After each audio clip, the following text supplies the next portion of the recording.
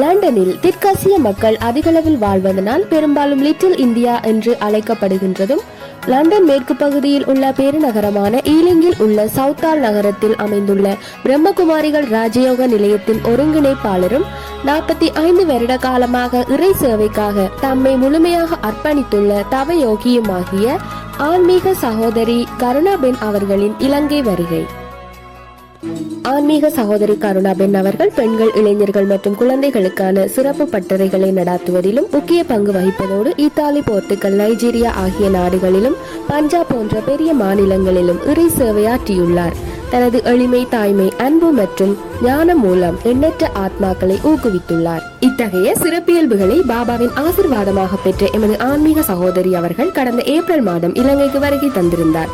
அந்த வரிசையில் இலங்கையின் பல பாகங்களிலும் உள்ள பிரதான நிலையங்களுக்கு சென்று நிகழ்வுகளை நடாத்தியதுடன் ஏப்ரல் 22ஆம் தேதி முதல் 24ஆம் தேதி வரையான காலப்பகுதி மட்டக்களப்பு மற்றும் அதன் தலைமையில் இயங்கும் ஏனைய நிலையங்களுக்கானதாக அமைந்தது. இதில் 22ஆம் தேதி முதலாவதாக சகோதரி நூரலியாவின் தம்சன நிலையத்திற்கு மதியம் அளவில் சென்றதுடன் தனது மதிய உணவின் பின்னர் அந்த நிலையத்தை சேர்ந்த பிராமணர்களை சந்தித்து ஆசிர்வாதம், பிரசாதம் வழங்கி வைத்ததுடன் மாலை வெளிமடை நிலையத்தை வந்தடைந்தார். வெளிமடை பிராமண குடும்பத்தினர் சகோதரியை அழகாக வரவேற்றனர்.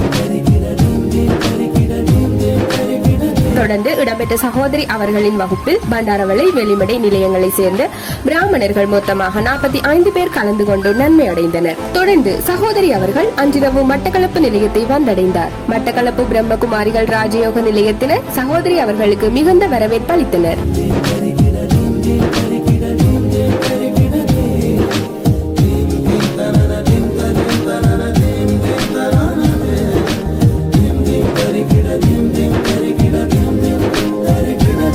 மறுநாள் 23ஆம் தேதி அதிகாலை அமிர்த வேளையுடன் விசேடமாக 7 நாள் பாடநெறியை எடுத்து முடித்த அனைத்து தாய்மார்களுக்குமாக ஏற்பாடு செய்யப்பட்ட நிகழ்வுகள் ஆரம்பமாகின.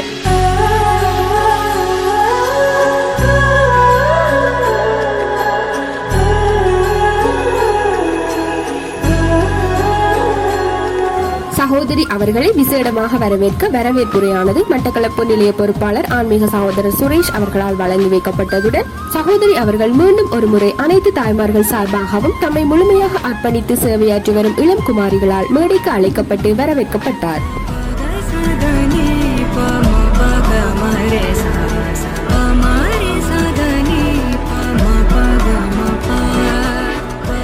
அத்துடன் 23, 24 ஆகிய 2 தினங்களும் முரளியின் பின்னர் முரளியின் மீட்டல் வகுப்பானது சகோதரியினாலேயே அனைத்து பிராமணர்களுக்கும் வழங்கி வைக்கப்பட்டது.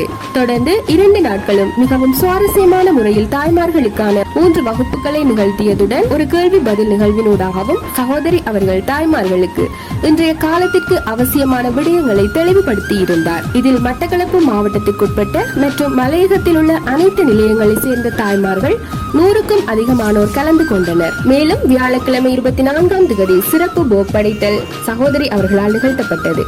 தொடர்ந்து சகோதரி அவர்கள் வருகை தந்திருந்த அனைத்து பிராமணர்களுக்குமான விசேட ஆசிர்வாதம் பிரசாதத்தை வழங்கி வைத்தார். அத்துடன் மட்டக்களப்பில் சகோதரி தங்கியிருந்த காலப்பகுதியில் கொக்கட்டிச்சோலையில் அமைய பெற்ற எமது ஜோதிலிங்க கலைக்கூடத்தை பார்வையிடச் சென்றார். மேலும் தம்மை அர்ப்பணித்து சேவையாற்றி வரும் குமாரிகளையும் சகோதரி அவர்கள் விசேடமாக சந்தித்தார். நிகழ்வில் கலந்து கொண்ட தாய்மார்களுக்கான விசேட ஆசிர்வாதம் பிரசாதம் வழங்கி வைக்கப்பட்டதுடன் அனைத்து நிகழ்வுகளும் முடிவடைந்தன. சகோதரி அவர்களின் மதிய உணவை தொடர்ந்து சகோதரி அவர்கள் அழகிய குடும்பத்திடமிருந்து பிரியாவிடை பெற்று சென்றார். ஓம் சாந்தி.